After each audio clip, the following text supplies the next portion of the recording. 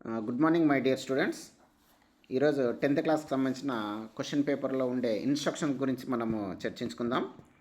ఇందులో సబ్జెక్ట్ వైజ్గా తెలుగు ప్రశ్నపత్రాన్ని చూస్తే ఇందులో మొత్తం సమయం వచ్చేసి 3 hours 15 minutes ఉంటుంది. 100 marks ఈ క్వశ్చన్ పేపర్ ఉంటుంది. ఇందులో ముఖ్యమైన సూచనలు ఏమేమంటే, ఈ క్వశ్చన్ పేపర్లో ఈ తెలుగు ప్రశ్నపత్రంలో ముఖ్యంగా 3 భాగాలుగా విభజన చేస్తారనమాట. Section A, section B, section C అన్నట్టు. అంటే part A, part B, part C అన్నట్టు. ఈ క్వశ్చన్ పేపర్ని చదువుకోవడానికి 15 minutes ఇస్తారు. ఎగ్జామ్ రాయడానికి వచ్చేసి 3 hours ఉంటుంది. ఈ ప్రశ్నలన్నిటికీ సమాధానాలు ప్రశ్నపత్రంలోనే రాయాలి. మరియు లాస్ట్ సూచన ఏమంటే, మీరు రాసే సమాధానాలు గుండ్రంగా ఉండాలి, అట్ ది సేమ్ టైం స్పష్టంగా ఉండాలి. ఎందుకంటే వాల్యుయేషన్ చేయడానికి మీకు మార్కులు ఎక్కువ రావడానికి అనుకూలంగా గుండ్రంగా స్పష్టంగా రాయగలిగితే ఎక్కువ మార్కులు రావడానికి ఆస్కారం ఉంటుంది. కాబట్టి మీరు దీన్ని దృష్టిలో ఉంచుకొని నీట్గా హ్యాండ్ రైటింగ్ని ఇంప్రూవ్ చేసుకొని నీట్గా రాయాలి.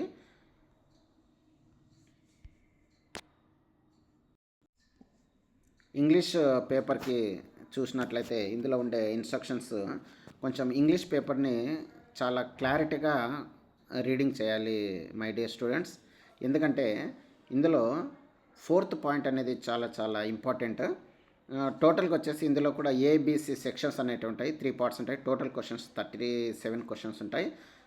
Answer all the questions on a separate answer book supply to you. మీకు ఆన్సర్ షీట్ అనేది ఇస్తారు. అందులోనే ఈ 37 questions ఆన్సర్స్ రాయాలి. ఇది కూడా 3 hours 15 minutes ఎగ్జామ్ కండక్ట్ చేస్తారు. ఇందులో 15 minutes వచ్చేసి ఓన్లీ రీడింగ్ చేయడం కోసం అనమాట. క్వశ్చన్ పేపర్ని రీడింగ్ చేయడానికి 15 minutes ఉంటుంది.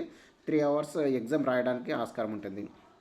ఇందులో 4th పాయింట్ మీరు అబ్జర్వ్ చేసినట్లయితే అది సెక్షన్ బికి సంబంధించిన question. Answer all the questions of section B, grammar and vocabulary. ఇందులో సెక్షన్ బి మొత్తము ఓన్లీ గ్రామర్ అండ్ వొకాబులరీ మాత్రమే ఉంటుంది. ఇందులో in the same order at one place in your answer book అంటే ఈ గ్రామర్ అండ్ వొకాబులరీని ఒకే ఆర్డర్లోనే రాయాలి మై డియర్ స్టూడెంట్స్. కొంచెం జాగ్రత్త వహించండి. సెక్షన్ బి వచ్చేసి అక్కడ నంబర్ ఏదైతే నంబర్స్ ఉంటాయో ఆ నంబర్ వైజ్గా రాయాలి. వచ్చింది ఫస్ట్ రాసి రానిది లాస్ట్ మరి లాస్ట్ది ఫస్ట్కి తెచ్చి ఇలా రాయకూడదు. ఎందుకంటే ఇన్స్ట్రక్షన్ క్లియర్గా ఫాలో కావాలి. Answer all the questions of section B, grammar and vocabulary in the same order at one place in your answer book. అంటే సేమ్ ఆర్డర్లో ఒక ప్లేస్ని చూజ్ చేసుకొని ఆన్సర్ షీట్లో అన్ని క్వశ్చన్స్ని ఆర్డర్ వైజ్గా రాయాలి. దీన్ని ఈ ఇంగ్లీష్లో ఈ యొక్క ఇన్స్ట్రక్షన్ని కేర్ఫుల్గా అబ్జర్వ్ చేసి కొద్దిగా నీట్గా రాయాలి ఫ్రెండ్స్. నెక్స్ట్ సబ్జెక్ట్ వచ్చేసి మ్యాథ్స్. ఇందులో 5 ఆప్షన్స్ ఉన్నాయి, 5 ఇన్స్ట్రక్షన్స్ ఉన్నాయి. In the duration of 3 hours 15 minutes. ఇది కూడా 3 hours 15 minutes ఉంటుంది. ఇందులో 15 minutes క్వశ్చన్ పేపర్ రీడింగ్ చేయడానికి ఉంటుంది. 3 hours ఎగ్జామ్ రాయడానికి ఆస్కారం ఉంటుంది. సెకండ్ ఇన్స్ట్రక్షన్ మనం అబ్జర్వ్ చేసినట్లయితే all answers shall be written in answer booklet only. బుక్లెట్లోనే యాజ్ యూజువల్గా రాయాలి. ఇందులో వచ్చేసి నెక్స్ట్ ఇన్స్ట్రక్షన్ వచ్చేసి question paper consist of 4 sections and 33 questions. ఇందులో 4 sections ఉంటాయి. టోటల్గా 33 questions ఉంటాయి. ఈ 4 sectionsలో మనకు 4th section మాత్రమే ఇంటర్నల్ చాయిస్ అనేవి ఉంటాయి. ఇంకా రిమైనింగ్ ఏ సెక్షన్ కూడా ఇంటర్నల్ చాయిస్ అనేటివి ఉండవు.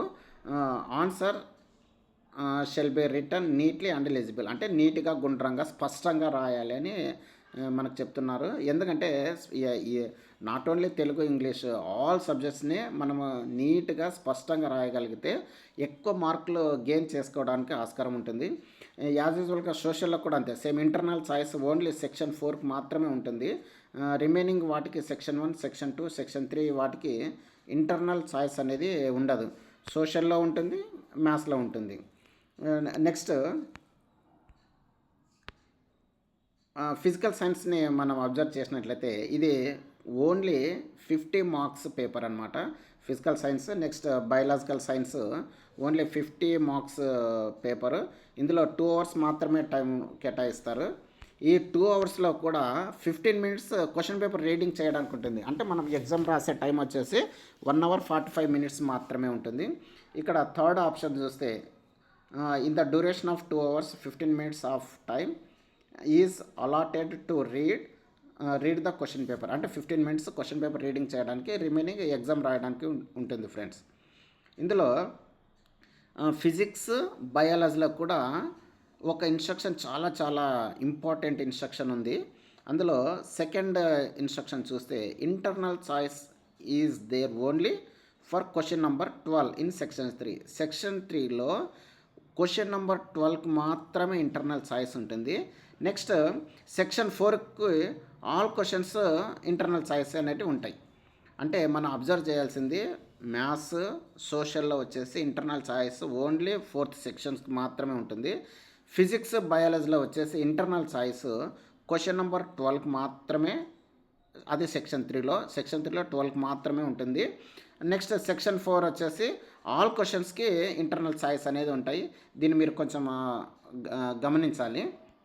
సేమ్ యాజ్ యూజువల్ బయాలజీలో కూడా వచ్చిన బయాలజికల్ సైన్స్లో ఇది కూడా 50 మార్క్స్ పేపరే.